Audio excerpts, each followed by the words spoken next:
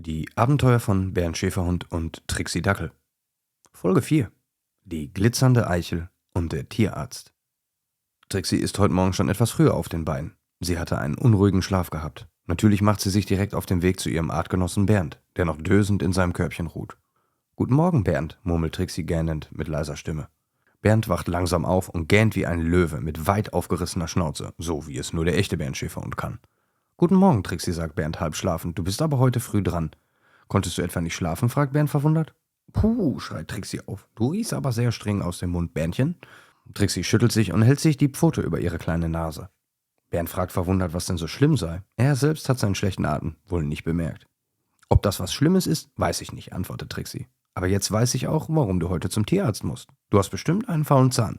Ich habe gestern mitbekommen, wie unsere Härchen sich über einen Termin bei Dr. Tierlieb unterhalten haben.« »Okay«, sagt Bernd, »davon wusste ich gar nichts.« Trixie nickt mit zugekniffener Nase und geht ein wenig auf Abstand.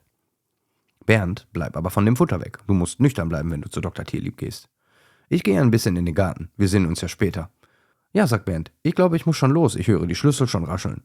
Kommst du mir später entgegen?« »Ja, aber natürlich, Berndchen. Ich warte hier, bis ich die Kirchenglocke 2-mal gehört habe. Dann laufe ich los.« »Viel Glück und hab keine Angst, hörst du? Dr. Tierlieb ist der beste Tierarzt, den es gibt.« Bernd verlässt das Haus und macht sich auf den Weg zu Dr. Tierlieb.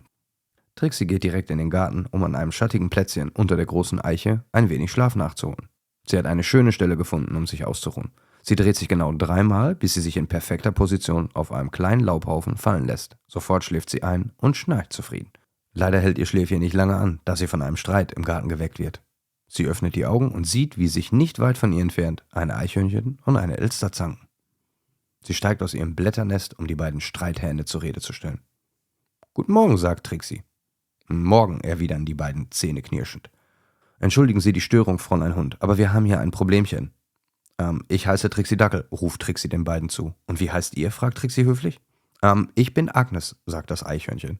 »Und das hier ist mein Kumpel Winfried.« »Ich heiße Winfried«, unterbricht die Elster. »Ich kann selbst reden, Agnes.« »Oh«, sagt Trixie, »was ist denn los bei euch? Warum habt ihr euch denn in den Haaren, oder im Fell oder im Gefieder oder wie man das auch immer bei euch nennt? Ihr seid doch Kumpels.« Agnes will gerade Luft holen, während Winfried die Elster dazwischen zwitschert. »Ich habe eine Eichel gefunden, eine ganz besondere, eine glitzernde Eichel. Und jetzt will Agnes sie für sich alleine haben.« »Nein«, sagt Agnes, »so stimmt das nicht. Ich habe sie von oben aus dem Baum als erstes unten auf dem Boden liegen sehen. Du warst nur schneller unten als ich, weil ich nicht fliegen kann.« »Ja, das stimmt, Winfried, aber wir hatten eine Abmachung, was glitzernde Sachen betrifft. Trixie, du musst uns helfen, wie wir eine Lösung finden können.« Trixie überlegt etwas und spricht. Es tut mir leid, aber mir fällt nichts ein. Ihr wollt beide die seltene Eichel haben, aber es ist nur eine da.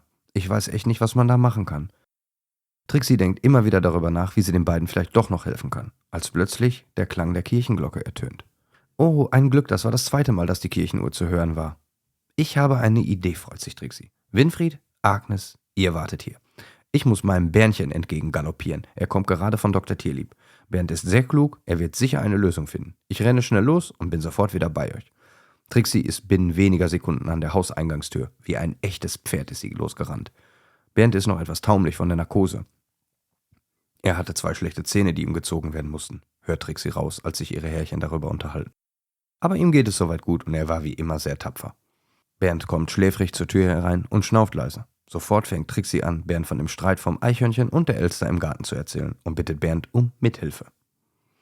Bernd stammelt müde ein paar Worte, die man aber kaum verstehen konnte. Trotzdem zögert Bernd nicht, direkt mit in den Garten zu gehen. Trixie rennt so schnell zu den beiden neuen Freunden, wie sie nur kann. »Bernd ist da, Bernd ist da«, schreit sie. Bernd kommt schwächelnd hinterher und begrüßt die beiden Gäste. »Hallo, seid mir nicht böse, aber ich will mich direkt hinlegen. Ich bin vom Tierarztbesuch erschöpft. Aber Trixie hat mir von eurem Problem erzählt und ich habe etwas nachgedacht und vielleicht eine Idee. Was haltet ihr denn davon, wenn ihr euch die Eichel teilt? Also jeder einen Tag im Wechsel. Ist das was?« »Hurra«, schreien Agnes und Winfried. »Das ist die Lösung. Danke, Bernd Schäferhund, du bist der Beste.« »Ja«, sagt Trixie, »ich wusste, Bernd wird euch helfen.« Bernd dreht sich schon um in Richtung Körbchen und verabschiedet sich mit den Worten. »Bis später, ihr 3. Ich muss mich jetzt etwas ausruhen.« »Ich bin sofort bei dir, Bernd«, sagt Trixie. »Agnes, Winfried, bis zum nächsten Mal. Ich muss mich jetzt hinlegen, denn ich will ja fit sein. Für morgen, für unser neues Abenteuer.«